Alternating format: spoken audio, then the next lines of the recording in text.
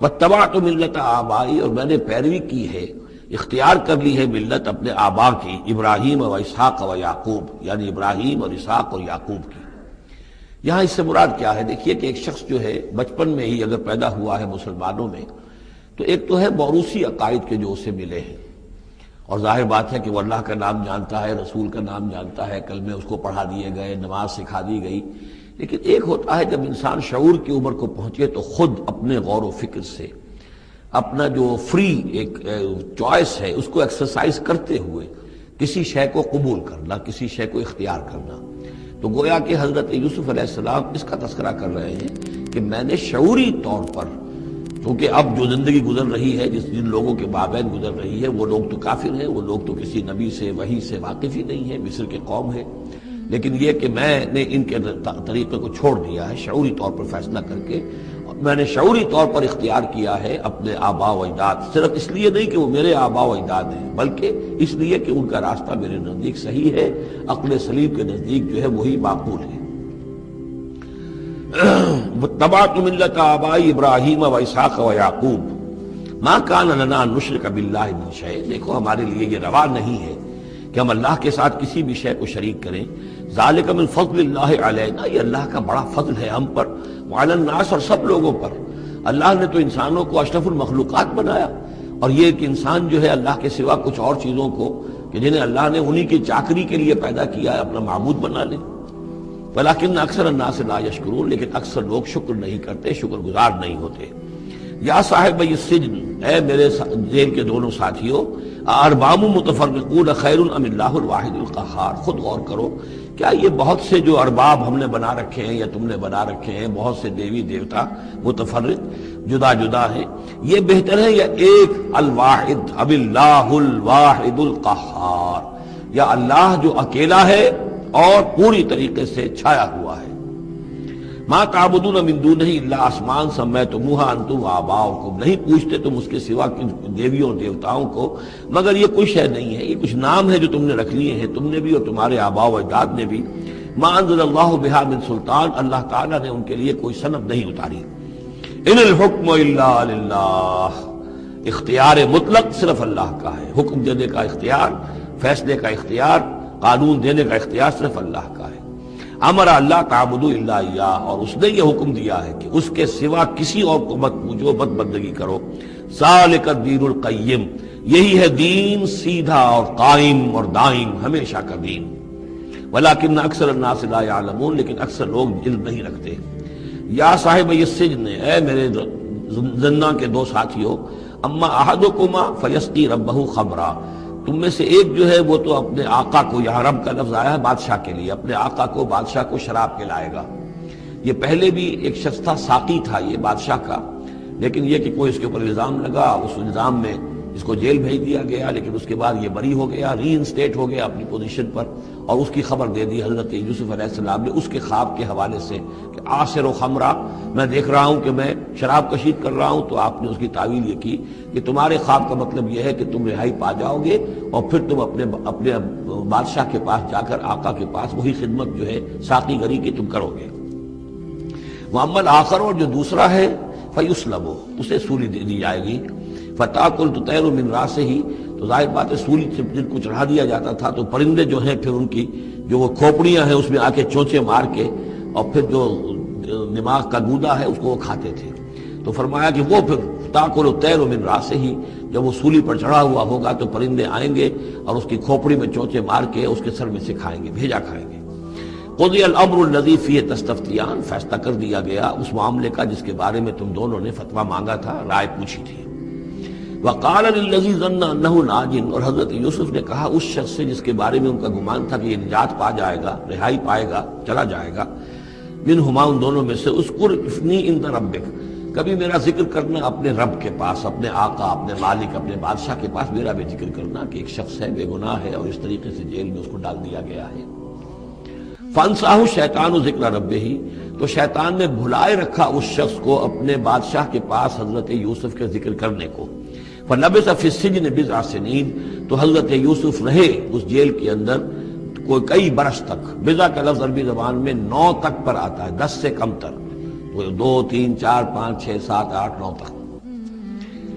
وقال الملک کو، اب اس کے بعد ایک نیا چیپٹر آ رہا ہے اس داستان کا. بادشاہ نے کہا، قال الملک کو اپنے دربار میں. اب یہاں یہ نوٹ کر لیجئے کہ اس وقت کا جو مصر کا یہ بادشاہ ہے یہ فرائنہ میں سے نہیں ہے. اس وقت مصر میں حکومت تھی جن کو تاریخ میں کہتے ہیں ہکسوس کنگز، چرواہے بادشاہ. ہوا یہ تھا کہ یہی جو عرب کا ڈیزرٹ تھا جس نقشے میں آپ نے دیکھا ہے، ہمیشہ تاریخ میں ایسا ہوتا رہا ہے کہ ڈیزرٹ میں کچھ قوت جو ہے ہیومن پوٹینشل ڈیولپڈ ہوتا ہے، پھر وہ آ کر جو متمدن علاقے ہوتے ہیں ان پر حملہ کرتا ہے، اور پھر یا تو لوٹ مار کر کے واپس آ جاتے ہیں یا وہاں پر اپنی حکومتیں بھی قائم کر لیتے ہیں. تو اسی جزیرہ نماء عرب سے کوئی قوم نکلی، کوئی قبیلہ نکلا، زوردار تھا، اس نے حملہ کیا مصر پر، اور مصر کے جو مقامی لوگ تھے وہاں کی قبطی قوم کی، اسے اپنا غلام بنا لیا اور خود اپنی حکومت قائم کر لی. تو چرواہے بادشاہ کہلاتے ہیں کہ یہ صحرا سے آئے تھے، چرواہے تھے، اور یہ آ کر یہاں بادشاہ بن گئے. گویا کہ یہ لوکل نہیں تھے، بادشاہ تھے، فرائنہ میں سے نہیں تھے، فرائنہ کے خاندان میں سے نہیں تھے، بلکہ خود عرب تھے. وہ بادشاہ جو ہے معلوم ہوتا ہے کہ تھا بھی نیک سرشت، بہت ہی بھلا انسان تھا. اگرچہ یہ کہ بہرحال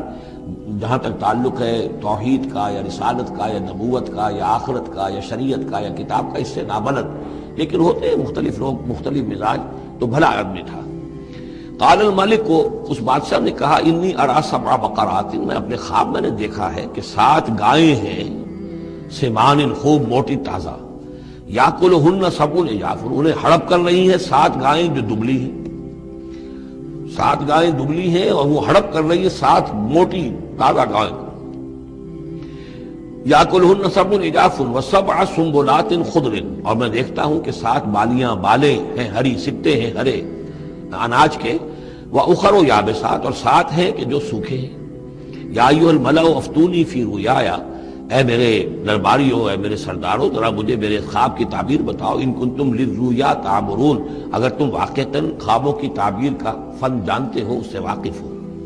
قالوا اضغاث احلام، انہوں نے کہا نہیں، یہ تو پریشان خیالی ہے، یہ خواب جو ہے کوئی خاص مانوی خواب نہیں ہے، ایسے ہی ہے جیسے کہ پریشان خیالات ہوتے ہیں. جیسا کہ اب آپ کو معلوم ہے فرائڈ کا نظریہ ہے کہ یہ صرف جو انسان کے جو سیکشول ڈیزائرز ہیں یا اور کوئی ایمبیشنز ہیں نفسیاتی یا نفسانی، وہ دبی ہوئی ہوتی ہیں، تو پھر یہ کہ انسان خواب کے اندر ان کی تسکین جو ہے وہ کر لیتا ہے کسی طریقے سے، تو وہ اس کے اپنے خیالات ہوتے ہیں، پریشان خیالات. اگرچہ اسلام میں خواب 3 قسم کے ہیں. ایک خواب ہے کہ جو اللہ کی طرف سے ہوتا ہے، جس کو ہم کہتے ہیں سچا خواب، رؤیا صادقہ، وہ نبوت کے اجزاء میں سے ہے. اور ایک خواب شیطانی ہوتا ہے جو شیطان کی طرف سے ہوتا ہے، شیطان جو جنات ہیں وہ اس میں الہام کرتے ہیں. اور تیسرا اسی نوعیت کا ہوتا ہے جس کو یہاں کہا گیا ہے. تو فرائڈ ظاہر بات ہے کہ ان چیزوں سے واقف ہے، وہ جہاں تک کہ وہ رؤیا صادقہ ہے اس سے واقف نہیں. قالوا اضغاث احلام وما نحن بتعبیر الاحلام بعالمین، ایسے خوابوں کی تعبیر ہمیں نہیں آتی ہے. وہ خواب باقاعدہ کوئی خواب ہو تو اس کی تعبیر ہم بتائیں. وقال الذی نجا منہما، اب اس شخص نے، وہ جو وہاں پر پھر ساقی گری کر رہا تھا، اسے اچانک حضرت یوسف یاد آ گئے. وقال الذی نجا منہما، اور کہا اس شخص نے جو ان دونوں قیدیوں میں سے نجات پا گیا تھا، بری ہو گیا تھا، رہا ہو گیا تھا، وذکر بعد امۃ، اور اس طویل عرصے کے بعد اسے اچانک یاد آ گیا،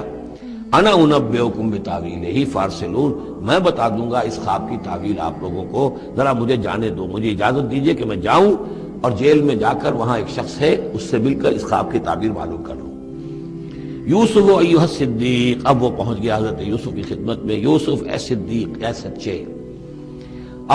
افتنا فی 7 بقرات سمان یاکلہن 7 عجاف، ذرا ہمیں بتائیے، تعویل بتائیے، حکم بتائیے اس کا کہ 7 گائیں ہیں بڑی دبلی اور وہ کھا گئیں، ہڑپ کر رہی ہیں 7 ان کو کہ جو موٹی ہیں، وسبع سنبلات، اور 7 بالی ہیں جو ہری ہیں، خضر واخر یابسات، اور 7 جو ہیں وہ بہت خشک ہیں، سوکھی ہیں. لعلی ارجع الی الناس، تاکہ میں لوگوں تک واپس جاؤں، لعلہم یعلمون، تاکہ انہیں معلوم ہو جائے کہ یہ خواب جو بادشاہ کا ہے اس کی تعبیر کیا ہے. قال تزرعون 7 سنین دأبا، حضرت موسیٰ نے اس خواب کی تعبیر بتائی کہ تم 7 سال تک خوب زراعت کرو گے، ڈٹ کر، دب کر. یہ دأبا جو ہے جم کر، جو پنجابی میں کہتے ہیں یہ دب کے واہ تے رج کے کھا، تو یہ معلوم ہوتا ہے شاید کوئی نہ کوئی رب کا تعلق اس کا داب کے ساتھ ہے. تزرعون 7 سنین دأبا، تم 7 سال تو خوب جو ہے وہ یعنی ڈٹ کر اور محنت سے اور خوب جم کر کھیتی کرو گے. فما حصدتم، اب نہ صرف یہ کہ تعبیر بتا رہے ہیں، تدبیر بھی بتا رہے ہیں. تو دیکھو جو بھی تم کاٹو، جو فصل ملے فَذَرُوهُ فِي سُنبُلِهِ، تو اسے اس کی بالیوں ہی میں، سٹوں ہی میں رہنے دینا، سارا اناج نکال نہ لینا، الا قلیلا مما تاکلون، سوائے تھوڑا تھوڑا کر کے کہ جو تمہاری ضرورت ہو کھانے کی۔ اس لیے کہ آج یہ معلوم ہے کہ بہترین پریزرویٹو جو ہے یہ سٹوں میں اگر نہ چھوڑ دیا جائے، ان کو اگر نہ نکالا جائے تو پھر ان کے لیے کسی اور ایڈیشنل پریزرویٹو کی ضرورت نہیں ہے، یہ محفوظ رہتے ہیں، ان کو جو ہے وہ انسیکٹس وغیرہ ختم نہیں کر سکتے۔ تو وہ تدبیر بھی بتا دی کہ اس کو ابھی سارے کے سارے کے اناج کو گاہ نہ لینا، بلکہ یہ کہ انہی بالیوں کے اندر، انہی سٹوں کے اندر ان کو رہنے دینا، الا قلیلا مما تاکلون، جو بھی تم کھاتے جاؤ اس میں سے جو ضرورت کے مطابق۔ ثم یاتی من بعد ذلک سبع شداد، پھر اس کے بعد 7 سال آئیں گے بہت سختی کے، یعنی بارش نہیں ہوگی، شدید قحط پڑے گا، یا کلنا، وہ 7 سال کھا جائیں گے، ما قدمتم لہن، جو کچھ بھی تم نے بچا کے رکھا ہوگا ان کے لیے۔ یعنی تعبیر بھی، تدبیر بھی، سب کچھ بتا دی گئی۔ تعبیر تو یہ کہ 7 سال تک خوشحالی ہوگی، اچھی فصل ہوگی، اور 7 سال اس کے بعد قحط کے آنے والے ہیں۔ تدبیر کیا بتائی کہ پہلے 7 سالوں میں ضرورت کا اناج جو ہے وہ گاہ کر نکال کر استعمال کر دینا، باقی ذخیرہ کرنا اور رہنے دینا اسی طرح اس کی بالیوں کے اندر، اور پھر جب وہ قحط کے دن ہو گئے تو اس پر گزارا کرنا۔ ثم یاتی من بعد ذلک، پھر اس کے بعد ایک سال آئے گا، سبع شداد یاکلن، وہ سال آئیں گے 7، یاکلن ما قدمتم لہن الا قلیلا ما تحصنون، جو تم نے رکھا ہوا ہوگا وہ تم کھاؤ، وہ کھا جائیں گے، سوائے اس کے کہ جو تم بیج کے لیے روک رکھو گے۔ ثم یاتی من بعد ذلک عام فیہ یغاث الناس، پھر ایک 7 سال کے بعد پھر آئے گا لوگوں پر ایک ایسا سال کہ خوب ان پر می برسے گا، وفیہ یعصرون، اور جب می برسے گا تو خوب انگور کی فصل بھی ہوگی، اور انگور کی فصل ہوگی تو پھر شراب بھی کشید ہوگی۔ وقال الملک اوتونی بہ، اب یہ ساری بات سن کر بادشاہ نے کہا اس شخص کو تو میرے پاس لے کر آؤ، اتنا ذہین انسان ہے اور اتنا سمجھدار انسان ہے، اس کو تو یقیناً جیل میں نہیں ہونا چاہیے، میرے پاس ہونا چاہیے۔ فلما جاء الرسول، اور جب وہ ایلچی آیا حضرت یوسف کے پاس، قال ارجع الی ربک، انہوں نے کہا کہ دیکھو میں اس طرح یہاں سے نکلنے کو تیار نہیں۔ ظاہر بات ہے جب جیل میں ڈالا گیا تو کوئی تہمت تو لگی ہوگی،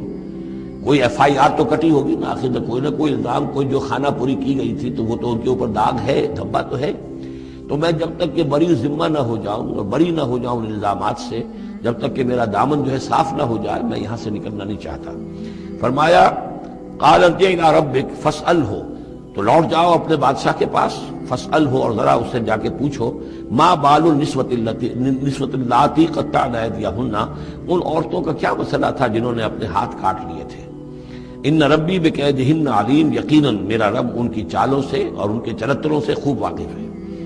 قال فما خطبکن، اب بادشاہ نے طلب کر لیا سب کو، وہ بیگمات کو،